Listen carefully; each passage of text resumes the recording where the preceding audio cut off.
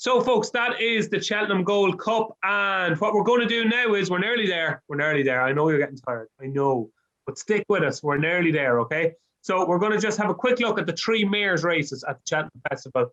And you've got the Mares Novice Hurdle, the Mares Hurdle, and the Mares Chase. So at the moment, Concertista is a short price favourite for the Mares Hurdle.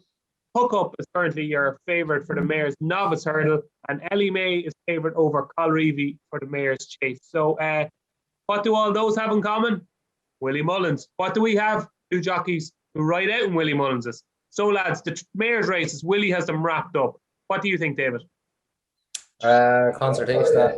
Yeah, I think she's a good thing. She's probably certainly the week, if you ask me. Hook Up, no, couldn't have her. Don't think Willie has the same horses, standard of mares, novices this year as he's had in previous years. They're not Let's Dances, they're not Concertistas, in my opinion. And the Mares Chase, did Willie say he was definitely going to run Colreevy? He doesn't know. A couple of times I was talking to him, he was hemming and hawing. What do you think? I think Ellie May. Yeah. That's fair enough. Mikey, the mares races, you're a fan of the mares. What do you think? Yeah. I would Roxana, where does she go? It looks like at the moment she's going to go for the Mares Hurdle against Concertista. She's good, isn't she? Yeah. She could beat Concertista. She just, her form this year is very good. And while Concertista is favourite and deserves to be favourite, the price is gone for Concertista. The Shrewdies got their money at Christmas. Think, you know what I mean? She was about 16 to 1 there, even with the good filly of Henry's in it, but she goes for the champion. And Concertista's going very well. I like her, but Roxana would be my danger. Hook Up dropped in that novice behind Appreciated. That, like, I don't know about that I rode in that race. I just didn't feel it was a truly run race. Would be a bit, while she ran very well, and it's not a great race. Rawl Kahala, Peter Fahey, good filly, but maybe Glens of Antrim there at a bit of each way squeak, bit of value if she set. I'd say she works very well, that mare. Yes, and didn't jump well behind Statler. Should have been closer, and she'd be a bit of value for me at 14s. She'd be my few quid each way, and the Mares Chase. Just don't think Colreevy likes Cheltenham.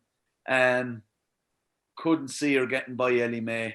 Very nice mare, Colreevy, but I rode Ellie May a few days, and she's just special little. She's just an absolute push button. She's a joy to ride, and I'm probably probably biased from my heart there. But Ellie May for me is gonna give you a run for your money. So it'd be like Concertista, Glens of Antrim each way, and Ellie May for me. Lovely stuff, Mikey. Nice and neat and tidy there, those selections. Well done. Diarmuid, the mares races, what do you like?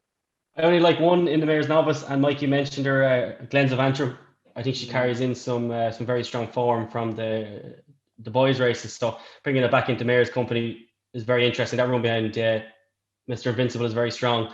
There's a good few very decent pieces of form there. So the only mares race that I've had a bet in so far is Glens of Antrim, because I just think 14 to 1 is just a bit too big. Excellent. Glens of Antrim, who I think has got loads of ability. I'd just like to see her jumping better. Yeah, certainly can see where you're coming from there, lads. 14 to 1. Dean Ryan, anything for us in the mares races?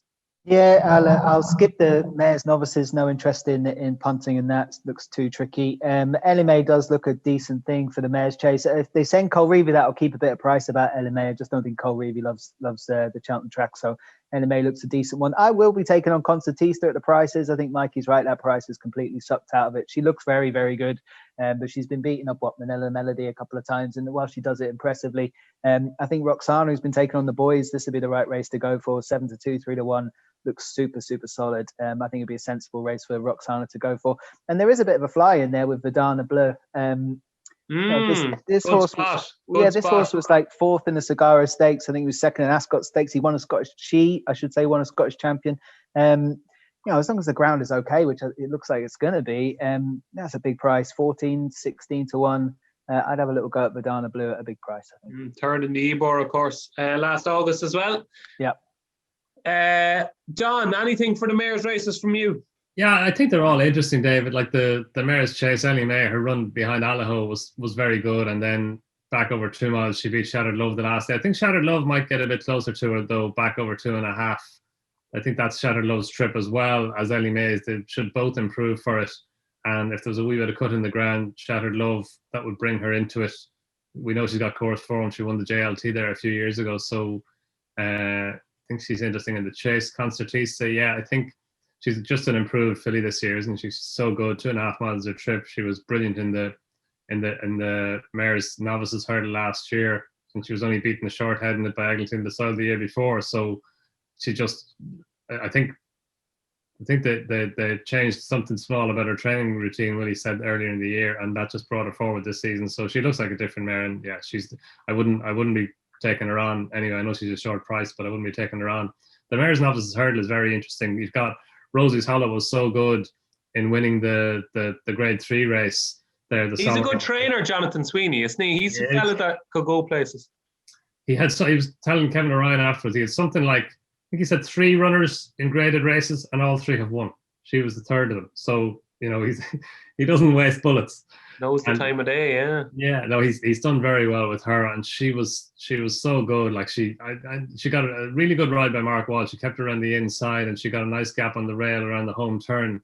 But she showed a lot of pace, and that was 2.25 miles. That both Jonathan Sweeney and Mark Wall said afterwards that they thought she'd be better back down and trip over 2 miles. So, I'm not sure if she's going for the race though. And actually, she was getting weight from Royal Kahala that day. She was getting £4. Now she's got a £5 penalty. So there's a £9 turnaround.